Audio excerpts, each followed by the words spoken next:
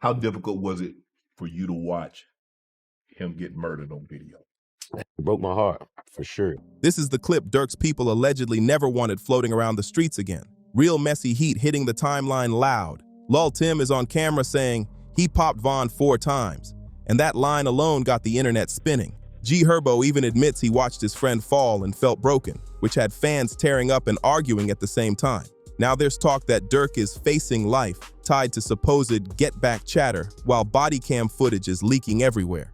But remember, a lot of this is internet claims and not confirmed in court.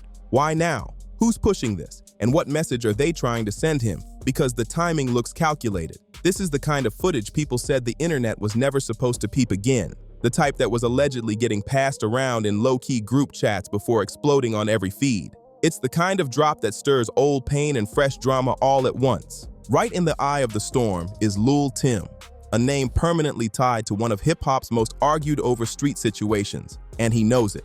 What you're about to hear attached to his own words doesn't just reopen the story, it flips the mood and rewires the way people remember that night. The emotions around that moment still hit raw, and this leak cranks it back up. And here's the twist.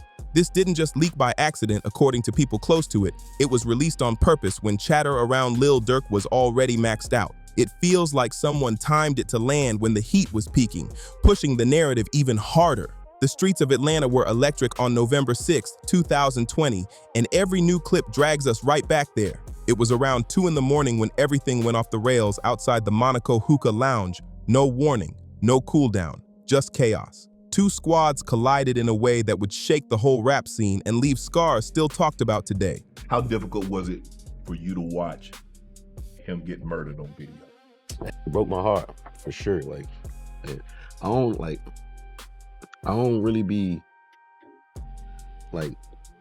emotional for real. I'm so numb to death. I'm not a stranger to it because I've been experiencing it my whole life. But when he died and seeing that, it really I'm getting emotional right now thinking about it. What looked like a random run-in between rivals turned into a storm of years-long street tension, legal heat, and now shocking footage that keeps reappearing to stir things up all over again. And if you really want to understand why this whole thing stays so wild, and why Durk's people keep bringing up Lul Tim, you gotta know who everyone in this story really is. King Von, born Davon Daquan Bennett, came straight out of Chicago's infamous O Block. His name rang out from the trenches to the charts. His lyrics weren't made-up tales. They were slices of his real life.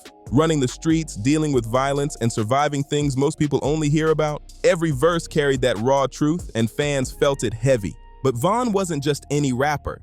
He was Lil Durk's day one, his brother in grind, his right hand through everything. He was rising fast in the drill game, fresh off dropping his debut studio album, Welcome to O Block, which hit number 5 on the Billboard 200. He was right on the edge of blowing up big time. Still, Von's past was complicated, and that's putting it lightly. According to FBI documents, Von's name got tied to multiple violent incidents, even rumors that he put 100 racks on rival rapper FBG Duck's head. Some people believed his lyrics were more than stories. They were straight-up confessions layered over those hard drill beats. That made his music both magnetic and controversial. And on the other side stood Quando Rondo, reppin' Savannah, Georgia, signed under NBA Youngboy's Never Broke Again crew. Quando was rolling heavy with his team. And when their paths crossed that night, it wasn't just 2 rappers meeting, it was 2 entire worlds colliding. Rolling with Quando that night was his close homie, Timothy Lul Tim Leaks, the same name that's now stamped across one of hip-hop's most intense street stories. These 2 camps had been locked in tension for a while, tossing slick dissies and subliminals online, and everyone watching could feel something heavy brewing. It wasn't just music anymore, it was pride, crews, and city ties on the line. That's Lul Tim himself, years later, sitting down in an interview breaking down what he says went down that night, the exact moment that flipped his entire life upside down. According to him, after the stick jammed, chaos took over fast. No warning, no structure, just pure panic in the street. Outside that hookah lounge, the scene was straight madness. 6 people got hit and 2 never made it out alive. Now listen, The whole situation that happened with Quando. how we live and how we go by our and I'm speaking for the whole Chicago. You ain't there, shut the fuck up. You weren't there. So you made a diss and said something about Von. That's why I don't with you. You ain't did. You did zero. That included King Von and O-Block affiliate Marcus Slutty Munoz. Reports say off-duty police officers stepped in when the shots started flying, and in that dark Atlanta night, bullets were cutting through the air from every direction. But here's where things get even wilder. The footage. Body cam video from Atlanta police suddenly hit the net in November 2024, showing the full-blown shootout with officers yelling commands in the chaos. Seeing it raw like that had the internet frozen. Nobody could believe how out of control that scene really was. Shots echo through the night, quick bursts, people ducking, suspects dipping into the dark. Police radio chatter picks up talk about a white Ferrari, and the footage frames show flashes of cars, shadows, and figures moving fast in heavy jackets. Even though there's no clear shot of Lul Tim actually getting hit, the subtitles pick up officers shouting "shots fired" and "man with a gun." The tension in those clips feels unreal.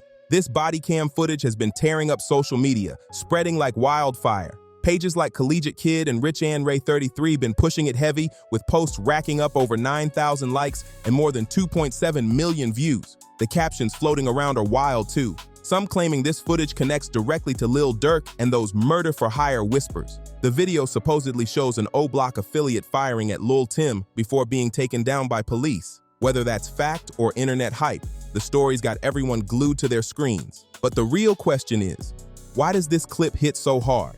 And why do Durk's people keep putting it back into the spotlight?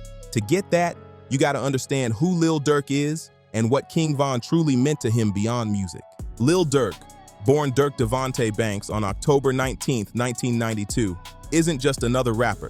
He's one of the main voices that shaped Chicago's drill movement. As the founder of Only the Family, or OTF, Durk built his legacy straight out of the South Side, turning pain into platinum hits. His rise wasn't easy. His dad got locked up for life on federal drug charges when Durk was only 7 months old, leaving his mom to raise him through rough times. There were days when things were tight, money low, and food short, but Durk still found a way to turn his struggle into strength. Putting food on the table wasn't always easy for Durk, and his climb from Inglewood streets to Grammy-level fame came with heartbreaks that could crush anybody. Every step up seemed to come with another loss. Another person gone too soon. His brother D-Thang was killed in 2021, his cousin OTF Newski was taken out back in 2014, and his manager OTF Chino was shot and killed in 2015. Then, in November 2020, came the one that hit the deepest, King Von. The artist Durk personally signed, mentored, and treated like family. From Durk's side, that kind of pain is almost impossible to describe. Imagine watching a close friend you helped build up, someone you called brother, lose his life in a street altercation, while the man accused of pulling the trigger walks free. That kind of wound doesn't just fade away, it burns every time new footage or headlines pop up. Lul Tim was hit with a murder charge after that tragic night, but he bonded out in March 2021 on a $100,000 bond. Then in August 2023, the case took a major turn when prosecutors officially dropped the charges, ruling it as self-defense under Georgia's Stand Your Ground law. To the courts, that meant Tim was legally clear. But to Durk and his crew, it felt like pure injustice. They saw it as disrespect to Von's name, something that couldn't just slide by without emotion or response. Even Chicago rapper G Herbo, who actually went to school with King Von, spoke on how hard it hit him, saying it was devastating to even watch that footage. What did he do? Well, what did young boy do for everybody want me and him think we want to kill each other? Okay, I'm giving, and by the way, I know the young boy fans to be wild. I'm not representing his opinion. I'm telling you what I think his opinion is. I think that because of that incident, which was very unfortunate at the end of the day, you know what I mean? Like, it's changed everybody's lives irreparably. Yeah, that's everybody over. The whole situation left fans and friends broken, replaying those moments over and over, still trying to make sense of how everything fell apart that night. That raw emotion, the pain, the anger, the grief, all of it fuels why footage about Lul Tim keeps popping back up online from Durk's affiliates and fan pages. Every share hits like a warning, every repost like a message carved deep in the digital streets. This story ain't over, not by a long shot. The get back talk, the federal heat, the street whispers.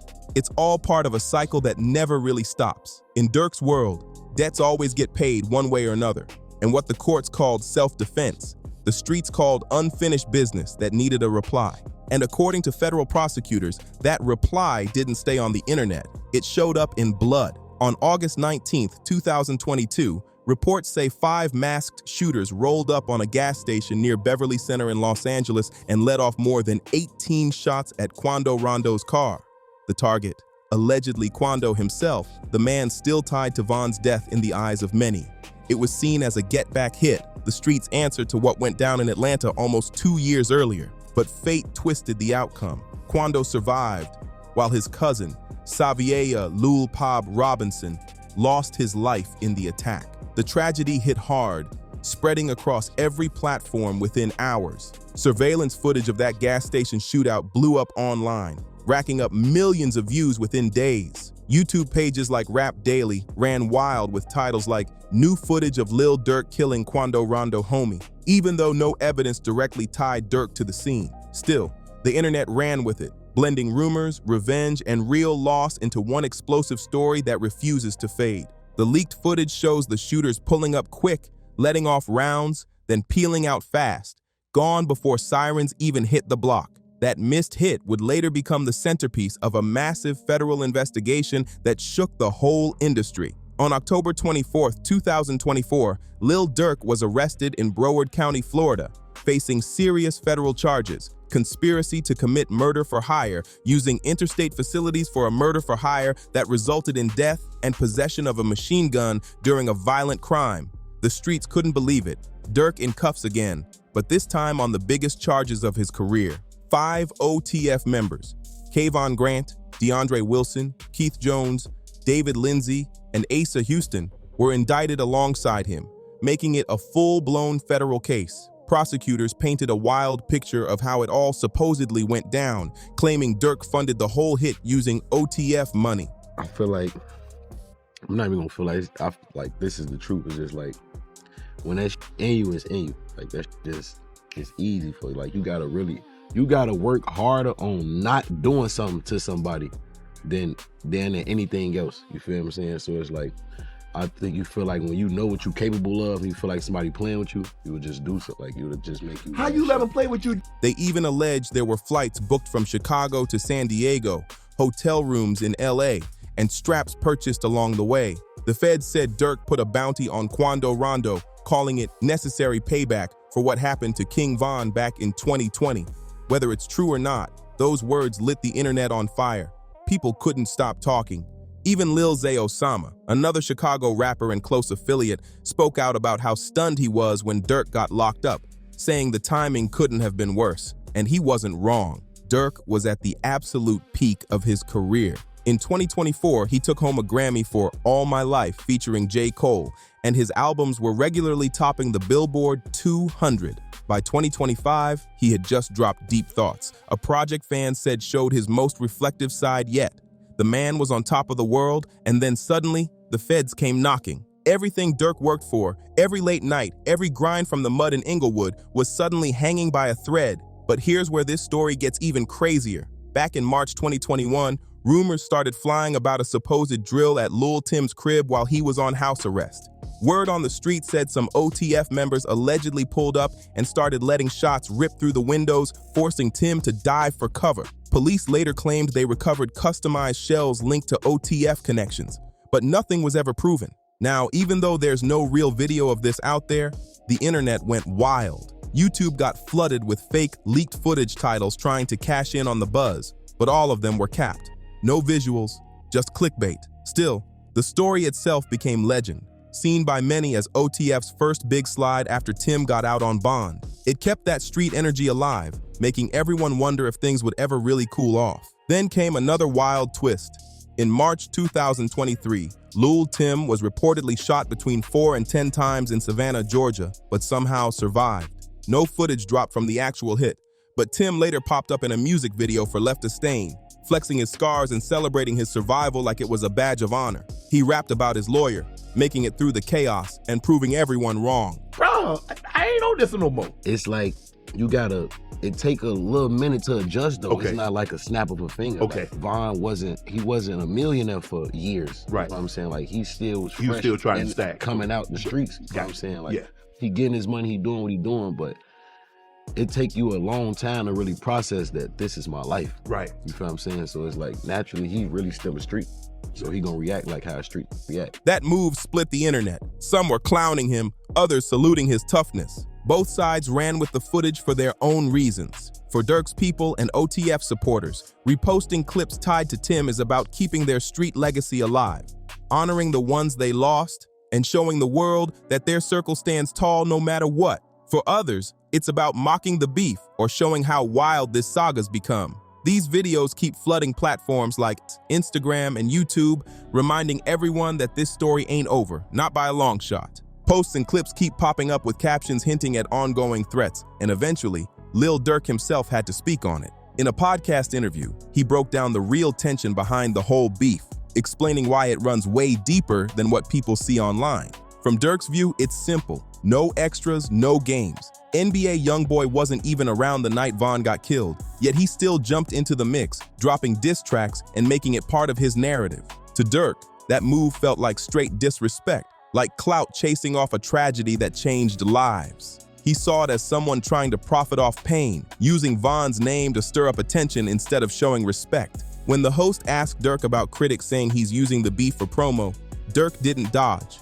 He kept it real. He said that while everyone loves to talk about who's up or who's winning, nobody talks about the real cost. Behind the headlines and tough talk, there's nothing glamorous, just families broken, lives gone, and pain that never fades. That honesty hit hard because it stripped the street image down to the truth.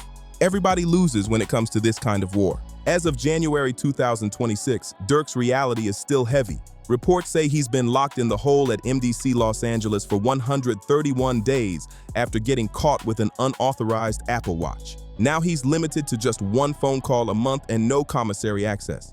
Basically cut off from everything. The same artist who once ruled the charts is now sitting in isolation, watching his empire and his enemies move from behind cold walls. Durk's legal team is fighting hard, arguing that the conditions he's facing violate federal regulations and his Eighth Amendment rights.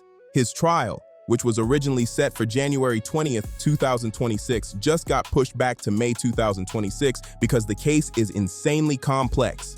We're talking over 30,000 pages of evidence, wiretaps, financial trails, flight logs, and more. The feds are clearly building a deep, detailed story against him, trying to connect every move, lyric, and dollar. Adding to the pressure, in February 2025, Lul Pab's mom filed a wrongful death lawsuit against Durk and OTF in Cook County, demanding damages for the loss of her son. That civil suit mirrors a lot of what's in the federal indictment, doubling the weight on Durk's shoulders. Now he's not only fighting for his freedom, but also for his reputation and the future of his entire label. But this whole saga, it's bigger than just two rappers, leaked videos, or street beef gone deadly. What's playing out right now shows how music, street culture, and social media have collided in today's world. Every second gets recorded, every post gets screenshotted, and every bar gets dissected until it's turned into courtroom evidence or a viral moment. What used to stay in the streets now lives forever online. Federal prosecutors are pushing a heavy narrative, labeling OTF as an organized enterprise involved in violence, hits, and retaliation to maintain their status. They're even using Durk's lyrics, his posts, and the behavior of his affiliates as proof of intent, a move that blurs the line between art and crime. Attorney Manny Aurora, who represented Durk back in 2019 during an attempted murder case in Atlanta, explained how prosecutors build momentum in cases like this, connecting lyrics to lifestyle and lifestyle to law. It's a dangerous game where one verse or one social media move can end up being the very thing that locks you away for life. This new legal strategy, using gang enhancement charges to boost sentences and make convictions easier, is becoming more common in cases involving rappers. It's a heavy-handed move that lets prosecutors tie lyrics, lifestyle, and friendships into one big criminal picture. But it also raises serious questions about where the line is between creative expression and real-life evidence. How far can the system go before rap itself gets treated like a crime? G Herbo spoke on it with some of the realest truth out there, breaking down why artists like King Von had such a hard time stepping away from the streets even after making it. He said it's not as simple as getting money and moving out, it's psychological, something built deep inside from growing up around chaos. When you're raised in violence where being strong means never backing down, switching to a peaceful life feels impossible. The fame don't fix your mind, and the money don't erase what survival taught you. Those instincts get burned in. You move how you were trained to move. Herbo went deeper, saying Von was still figuring it all out. He had only been really eating for about 2 years when everything ended. He never had the time or space to adjust, to truly process that he could live free from the same life that shaped him. So when confrontation came, he reacted the only way he knew how, street first, and it cost him everything. That's the tragic part of it all, because you can almost feel that moment of no return. Now, in the digital age, the non-stop reposting and resharing of all this footage serves multiple purposes. For OTF affiliates and fan pages, it's not just about keeping names alive. It's about power, loyalty, and keeping narratives spinning. Every clip, every caption, every upload becomes part of a bigger legacy, one where the lines between mourning, message, and movement all blend together in real time. Every repost, every shared clip tied to Lul Tim or the King Von shooting still hits like a battle cry. It's more than just content. It's a reminder that the tension hasn't died down, not even close. Each post is a mix of street flex, digital warfare, and tribute, keeping fallen friends' names alive while making sure nobody forgets who's still standing. As of January 2026, new updates show Durk's trial has officially been pushed to May 4th, 2026, with a pre-trial conference set for April 13th. Prosecutors are reportedly lining up cooperating witnesses, a move that's got OTF affiliates posting even more about rats and betrayal. The message is loud and clear. They feel surrounded and trust is fading fast. Durk's mom has spoken publicly, saying fewer people are showing up to his court dates each time. The crowd that once filled the halls is getting thinner. His wife, India Royale, still shows up strong, holding it down. But the shrinking support highlights how lonely things get when federal time is on the line. That isolation hits different when the same streets that once cheered you on now stay quiet. Now the big question, what's next? If Durk gets convicted, he's staring down a life sentence. Prosecutors had originally pushed for the death penalty, but dropped it in June 2025. Still, a life bid would mean the end of his career as we know it. A tragic fall for someone who once symbolized hope and hustle for Chicago. But if Durk somehow beats the case, the story doesn't end. It only evolves. The beef won't vanish, the footage will keep spreading, and the diss tracks will hit even harder. The cycle of revenge and pain just keeps spinning, setting the stage for the next heartbreak in this never-ending saga. As Lil Zay Osama once said when speaking on Chicago's image, his words summed it up perfectly. How the world sees them is one thing, but how they survive it is another story entirely. The clips they keep posting aren't just entertainment. They're pain on display. Every body cam leak, every surveillance angle, every repost about Lul Tim is like a digital scar that never fades. It's all proof of a wound that refuses to close, a war that's taken lives, torn families apart, and now hangs over the career of one of hip-hop's biggest names. This ain't just another street story, it's history unfolding in real time, raw and unfiltered. At its core, this saga is a reflection of something way bigger than rap. It's a mirror showing the darker corners of our culture. How trauma keeps birthing more trauma, how cycles of violence spin on repeat, and how even fame, money, and charts can't always break the grip of where someone came from. Every upload, every reaction, every viral comment becomes another spark feeding the fire. And somewhere, young eyes are watching all this chaos play out, learning lessons that should have never been taught this way. That's the heartbreaking part. It's not just about Durk, Von, or Tim anymore. It's about an entire generation growing up thinking loyalty means violence, that beef is forever, and that the only way out the streets is through a casket or a cold cell. Maybe, just maybe, this story can serve as a warning instead of a roadmap. But when you scroll through the comments and see people cheering for pain, mocking the dead, and treating tragedy like content, it's hard to stay hopeful. Now the clock's ticking fast toward May 2026, when Durk's trial finally goes down. The footage keeps circulating, the posts keep spreading, and the world's waiting to see how it all plays out. Will this be redemption or another tragedy in the making? Only time will tell. Thanks for watching. Don't forget to like, subscribe, share, and drop a comment. Let us know your thoughts on how deep this story really runs. Your voice keeps the conversation alive.